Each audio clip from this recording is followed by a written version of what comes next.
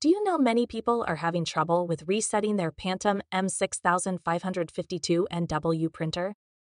Don't worry. In this video, we'll show you how you do this. Let's start. Step 1. Access menu.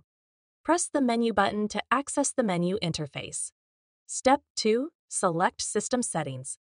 Use the direction pad or to select System Settings and press OK. Step 3. Choose Factory Reset. Navigate with the direction pad to select the Restore to Factory Settings option. Step 4. Confirm selection.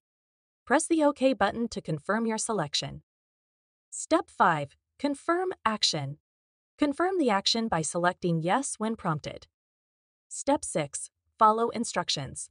Follow the on-screen instructions to complete the restoration process. By following these steps, your Pantum M6552NW, you should be successfully restored to its original factory settings. Still need help? Visit our website for the complete manual. There you will also find questions and answers from other Pantum users. Did you find this video helpful? By subscribing, you help us continue to answer users' questions. So, subscribe to our channel. Thanks for watching, and see you in the next video.